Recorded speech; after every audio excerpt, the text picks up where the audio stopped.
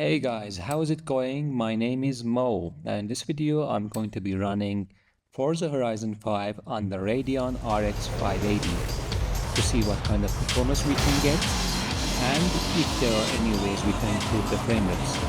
Now, so the settings, we are running this initial set of benchmarks at high settings, exactly the same settings between the left panel and on the right. The only difference is we have enabled resizable bar over on the left. As you can see, we are getting around 10 FPS additional performance with resizable bar enabled. Now as this performance benchmark is running, let me tell you some of the other specs that we have on the system. We are running an Intel Core i5-12400. We have 16 gigs of system memory, and the Radeon RX 580 version that we're using has 8 gigs of DRAM. It is the XFX XXX version of the card. As you can see, it is running slightly around 10 or so, above 10 FPS faster than it is with the resizable bar disabled. The reason why resizable bar is a tricky option with the Radeon RX 580 is that this card is not officially supported. It doesn't officially support resizable bar. So we have to enable a registry patch for it to work properly.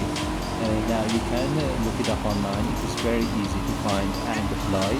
It is just a registry file that you open and you apply, and after the system restart, you're going to get the resizable bar option in the Radeon settings performance tab of the Radeon settings application.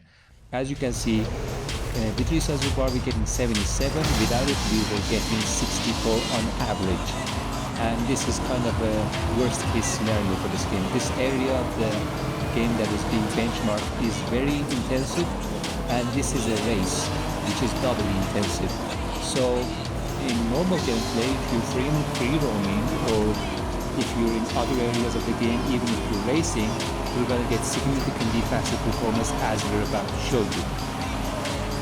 So since we've established that having resizable bar at the exact same setting with the exact same configuration gives you about 20% faster performance, I decided to turn up the settings a little bit. Since we have the 8 gigs of VRAM, we can actually try to run ultra settings to see how that does.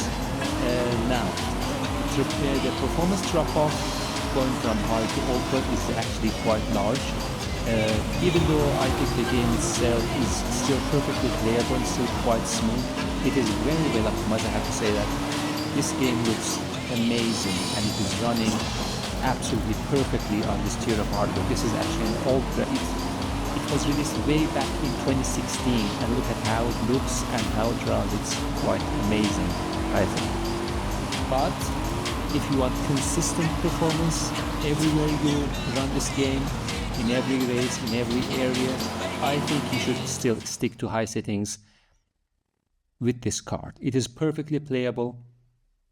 Now, as you can see, we went from 77 FPS with the high settings with resizable bar enabled, and with resizable bar enabled, but we turned up the settings to ultra, we got around mid to low 50s. So that may not be worth it for most of you guys out there, since the game actually doesn't look significantly better with going from high to ultra, at least to my perspective.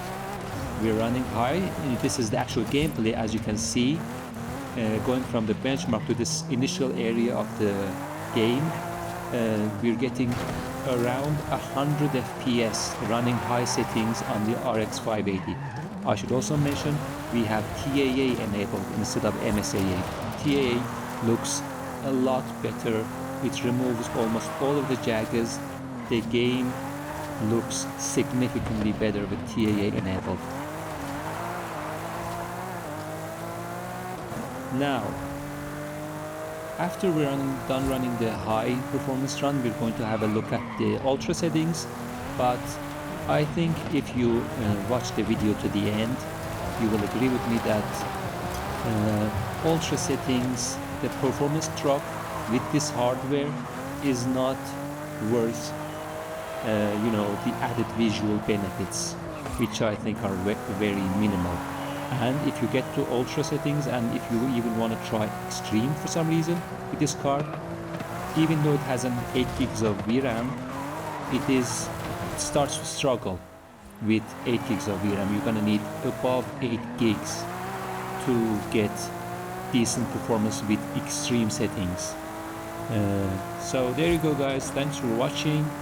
I hope you enjoyed this video, and I hope I didn't bore you too much. If you like this video, please drop a like and subscribe to our channel, and I will see you in a future video. Goodbye.